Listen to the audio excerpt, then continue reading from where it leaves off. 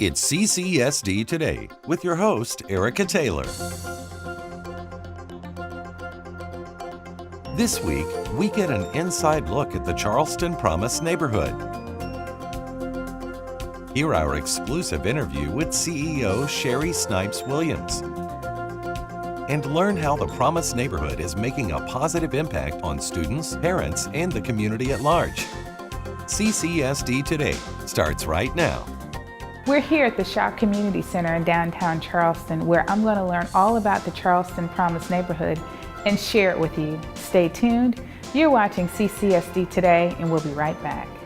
I'm Jenna Dewan Tatum. I'm Julia Ormond. I'm Machen Amick. And I'm Rachel Boston. Every 2 minutes, a woman is diagnosed with breast cancer. Breast cancer will claim over 39,000 lives this year, but that won't be me. Or me. I won't let that be me. The end of breast cancer starts with me. And you. And you. And you. Go to mylifetime.com to get informed and involved.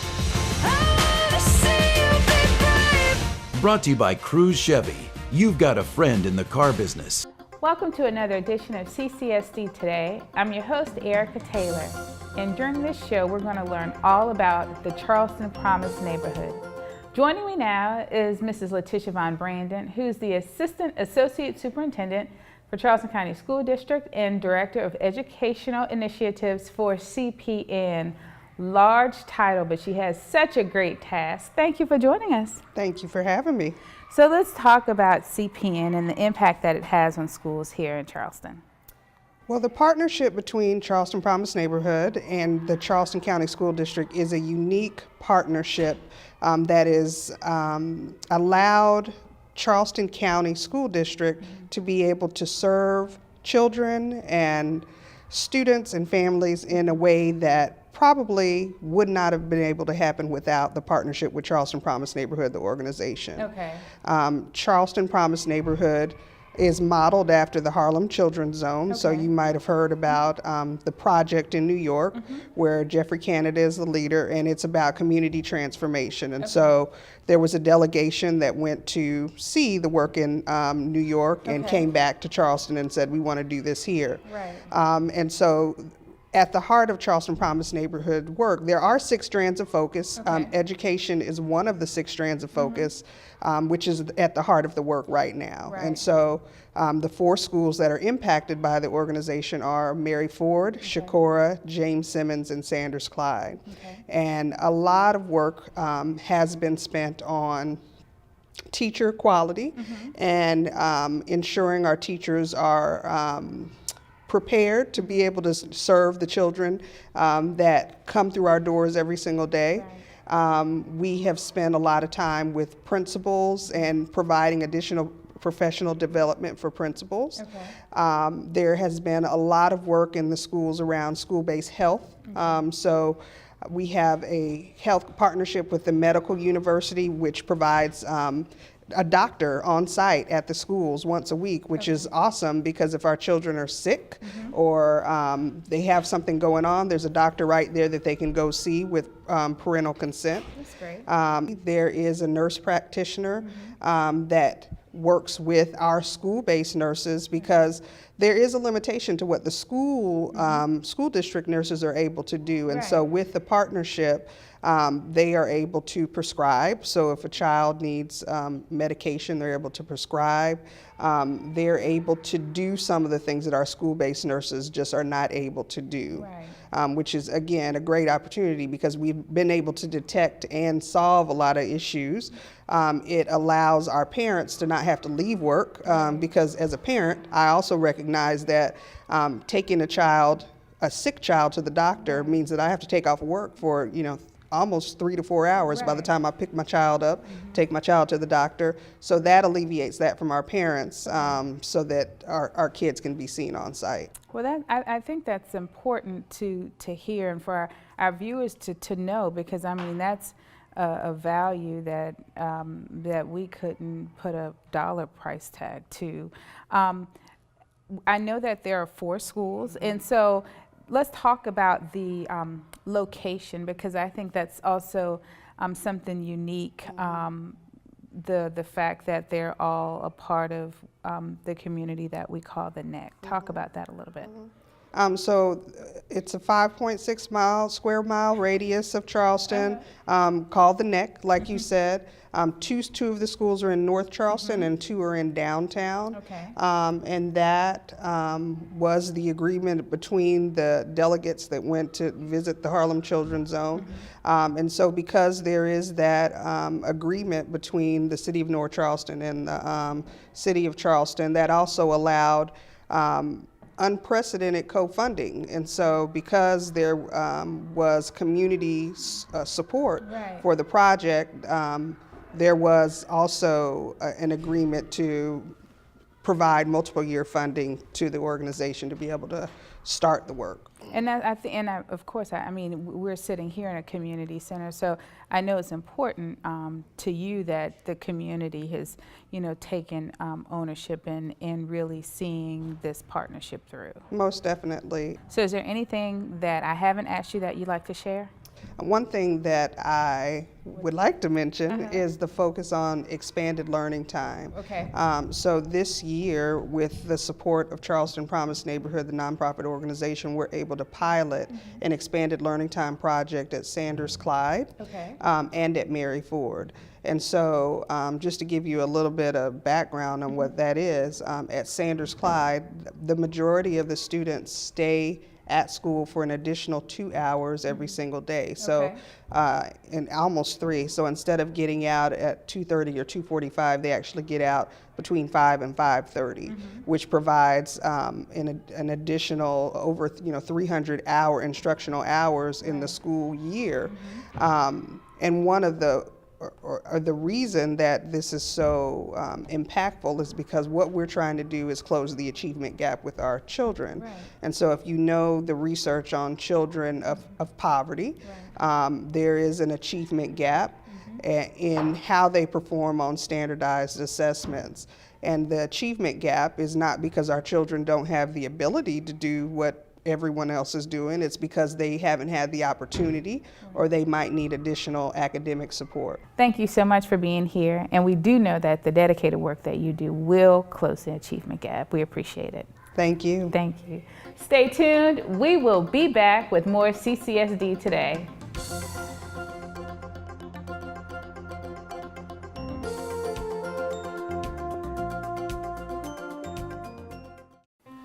Kiawah Cares represents a really unique way and an organized way for folks who live here on Kiawah to connect, partner, and help those who live in our neighborhood, which includes Johns and Wumalo Island. And the idea was that many, many people who live on Kiawah very generously work as individuals in the community. But we felt as a community association, we needed to do more in a unified way to be good neighbors.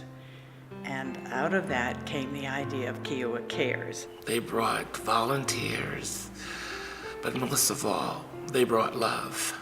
They showed love and they said, we want to be a good neighbor, and they have been a good neighbor to me and to this community. Kiawah Cares quickly jumped on board and was really excited about the idea of supporting the local farmers and supporting the Johns Island community as well. We're excited about the partnership, and we are in constant communication, updating them on things that we are working on, areas where I continue to see improvement, I share with them. And so it's like we are in tune, working together, one common goal, and it's all beginning to come together. What it means to me to be a part of Kiawah Cares is I'm able to do things I wouldn't normally have done on my own. I get the sense of community when I work with them. We're trying to put good people in touch with organizations that could use their help.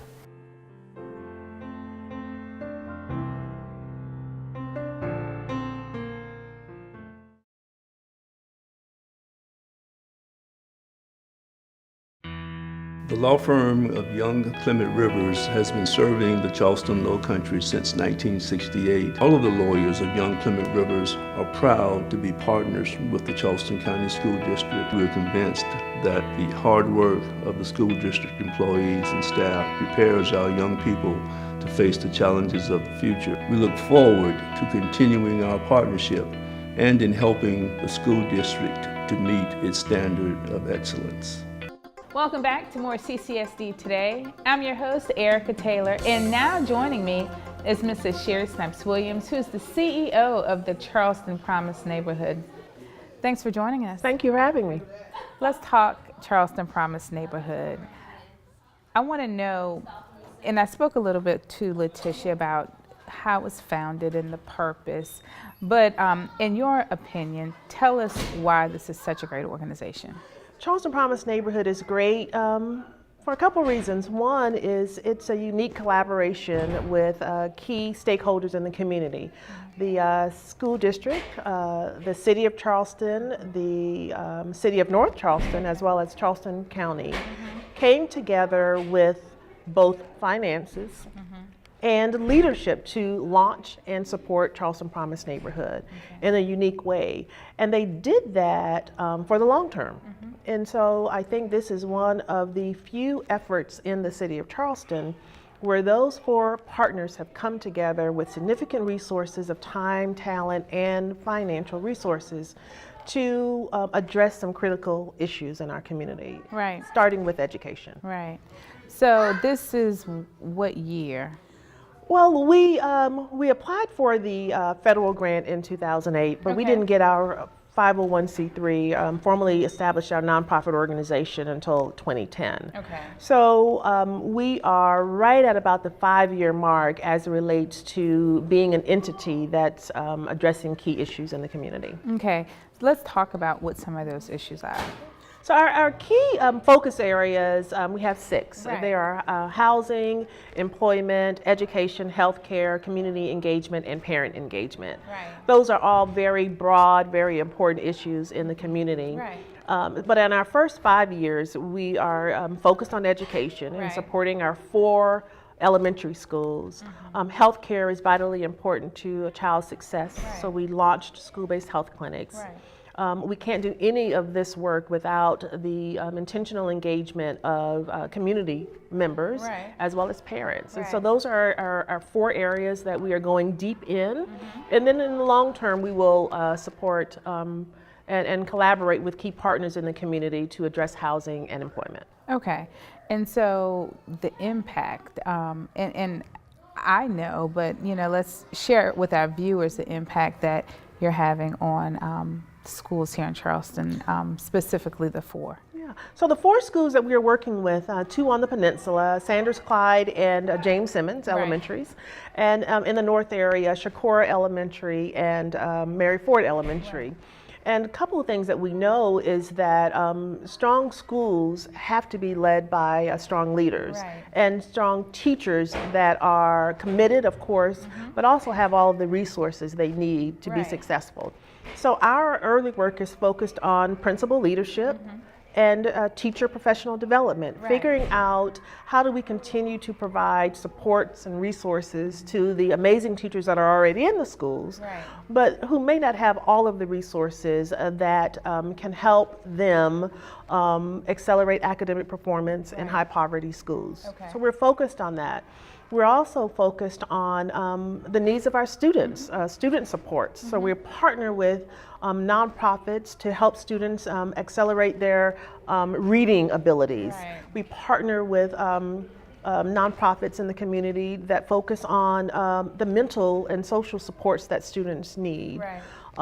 We partner with nonprofits and other entities to offer field experience that are tied to curriculum, because we want to ensure that our students have a well-rounded experience to support what they're learning in the classroom. We partner again with the medical university to ensure that all of our students are healthy and ready to learn, but also it's a benefit to parents who don't have to take off work for minor illnesses. It saves on emergency room cost. And we also provide tools and resources to help parents better understand how to advocate for their children. And we do that through a couple of things, through our school-based health clinics, through trainings that we offer through our Community Engagement Council, through a program that we're launching, the Parent Teacher Home Visitor Program, which trains teachers in how to build relationships and trust with parents. And so those are the key things that we're doing in our schools. Well, great. Is there anything that I haven't asked you that you'd like to share? Yeah, so I think a key part of our work is fueled by volunteers. Right. You know, we have a very robust board of directors that helps us think strategically about our work and our impact. To be a part of school change is a long, expensive project. Right.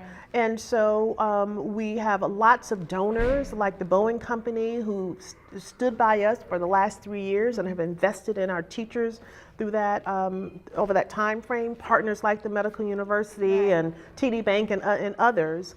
Collectively, they have come together to support our work. I think it's, you know, I can't stress enough how important our governmental partners are and the school district are. To the work that we're doing, to have the 4 of those entities come together and make a multi-year commitment to support our work is pretty phenomenal. And I think the last thing I would say is that about our partnership with the school district. You know, we are truly a partner in this effort. The creation of the Charleston Promise Neighborhood Learning Community was something that was conceptualized by us, but wholly endorsed by the school district. So we are here acting as a source of support, a partner, to support the efforts of the schools in order to accelerate academic achievement for our students. And we're excited about that. And I'm excited too. Thank you for all that you do. Thank you. We appreciate the work that the Charleston Promise Neighborhood does for and on behalf of Charleston County School District. Thank you. Thank you. And stay tuned. Keep watching CCSD Today. We'll be right back.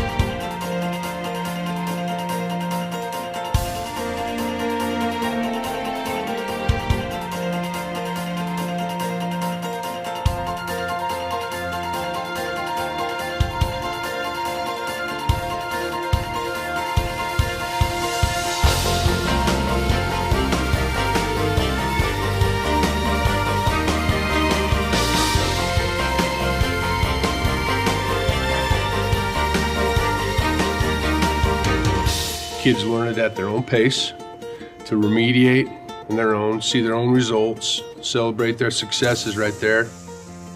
I think it's easier for me to do things like online, like it captures my attention better than like doing it in books.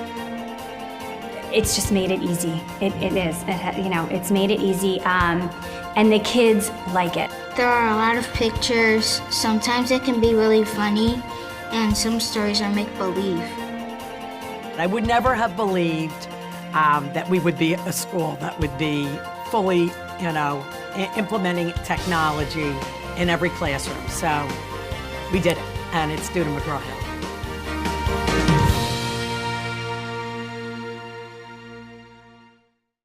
We're back with more CCSD Today. I'm your host, Erica Taylor, and now joining me is Mr. Ted Legacy, who's the board chair for the Charleston Promise Neighborhood. Thank you so much for joining me. Glad to be here, Erica. Good to see you. Thank you. So as the board chair, let's talk about vision. Let's talk about leadership and direction for the Charleston Promise Neighborhood. Okay, sure. I'm the new board chair. Okay. You know, the Promise Neighborhood's been around for 4 or 5 years now. I was involved in the early launch of the Promise Neighborhood, but now I'm the board chair, and I've been to exactly 1 board meeting. As a new board chair, it's fair for me to focus on what's working well, what's not working well. Right. So the first things that I'm going to focus on in my leadership role are trying to assess how things are going, right, and what's really working, and how to do more of that, and what's not working so well, and how to redirect resources to better apply them. So. Right. So the second thing that I'm going to be engaged in is really looking at the talent that's on the board, making certain that we've got the skills and the experience that we need, and try to ensure that the board itself is lined up with where we're going. I've asked Dr. McGinley, and she's agreed to stay on the board. She was on the board in her capacity as superintendent, but now she's going to be on the board at large. Dr. Herring is going to take the seat for CCSD, and with the two of them there, it'll double the richness of real educational experience on the board. I'm also interested in getting broader representation from the neighborhood itself, because the Promised Neighborhood started as kind of a top-down initiative, and getting it rooted in the neighborhood is really important if we're going to make long-term sustainable changes. So that's the second priority that I have as board chair. The third priority, of course, is to make sure fundraising is running at peak performance, and because it takes a lot of money to do these things. And over time, my expectation is that the public entities that have been supporting us will begin to pull back, and we'll need to have a larger base of private support. So I want to make sure we've got a fundraising operation that can really do that. Great. So let me ask you a little bit about the board, about how many people are on the board? The round numbers is about a dozen people on the board right now, so we can be larger without it being unwieldy. I don't know that we need to be, but there's about a dozen. And on any board, pretty much any board, you've got 30 to 40% of the people who are got out their sleeves rolled up and they're deeply involved, and the others come to meetings and they're engaged, but they're not as deeply involved. And I haven't yet made that assessment here, because as I say, I've only been to one board meeting. So. Right, but I mean, but I do the leadership on the board that I'm familiar with. I think they're all dedicated members who are going to continue to work alongside you to get the work that you want done. Absolutely, absolutely. We've got good representation membership, and we've got good private and actually corporate membership. We now have a corporate member from Boeing who's on the board. Awesome. Yeah, that's fantastic. I mean, it's exciting to hear, because I mean, I know that talent, they're going to do great things. So I know you talked about making assessments and talking about what's worked and what hadn't, and how to figure out how to determine what you continue or not. But and I hope this is a fair question. But what do you like? What has impressed you the most, if that's a fair question, with the Promised Neighborhood? The extended day programs, I think, are the place where we actually have the opportunity to make the biggest difference. Right. The more time these children can be connected to a support structure, both an academic support structure and a non-academic support structure, the more contact time they can have with that, the higher the likelihood, I think, that we're going to be able to make an impact on their learning situation. Obviously, the schools work very, very hard to try and teach these children, but they come to the school system with so many things that are missing in their lives, or so many things that are present that aren't good in their lives, that to try and compensate for that and help these children really focus and really develop is what we're trying to do. And I think the extended day, both during the school year and then the summer programs, have the highest likelihood of doing that. The second thing that I think is important is we're spending considerable time, as I'm sure Ms. Von Brandon pointed out, really trying to use the data to improve performance. Not for accountability purposes, but really to improve performance. So data at the child level to differentiate instruction and to really apply layered instruction and layered services that are tailored to each of those children, so that collectively there can be an impact on these children and their learning can accelerate. I know I'm very close to the Promised Neighborhood, but I've learned so much by talking to you and Sherry and Letitia today, so I appreciate it. Great. Thank you for taking time to talk with me. Happy to do it. Come see us anytime. We will, we will. Stay tuned. We'll be back with more CCSD Today.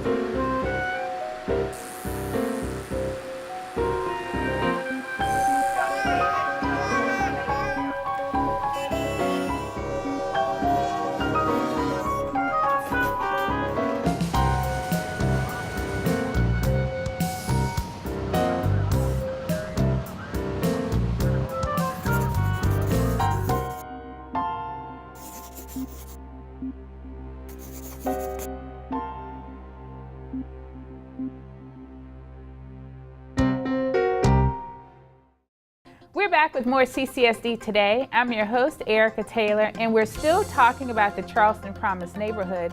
More specifically now, we're going to talk about the expanded learning time at Sanders Clyde Elementary School. So joining me to share more about that subject is Mrs. Sheila Greer, who's the Downtown Community Education Director for Charleston County School District. Mrs. Greer, how you doing? Good, thank you. How are you? I'm doing good. So let's talk about the Downtown Community Education Program. Okay, the Downtown Community Education Department serves 7 schools in the downtown area, which includes all the elementary school and the middle and high school, Burke Middle and High. One of the things that we are very excited about is that we get the opportunity to provide after-school programming, especially in the elementary schools. And we are equally excited about having the opportunity to partner with Charleston Promise Neighborhood. That opportunity, that partnership allows us, Community Ed, the Kaleidoscope program, to serve a tremendous amount of students. Before, we could not serve as many students that we do serve as we are serving now with the partnership. And so let's talk about some of the services that you provide and the partners that are a part of this. Okay. Some of the services that we provide is first that we have a wonderful partnership with CPN and the principals in the schools. We prescribe to the academic piece in the after-school program that the principals want the students to have, which would be additional academic support or homework support. One of the other things is that a lot of students that we serve would not have the opportunity to be exposed to enrichment opportunities or activities such as dance, music, guitar, STEMs activities, so forth and so on. So we're very happy to be able to provide those opportunities for the students. So the programs that you provide enhance what they're doing in the classroom? Definitely, definitely. So just for the viewers, can you share some examples of some of the community partners that we work with? Yes, we have partnerships with students from the College of Charleston. The Citadel cadets are a huge partner of ours.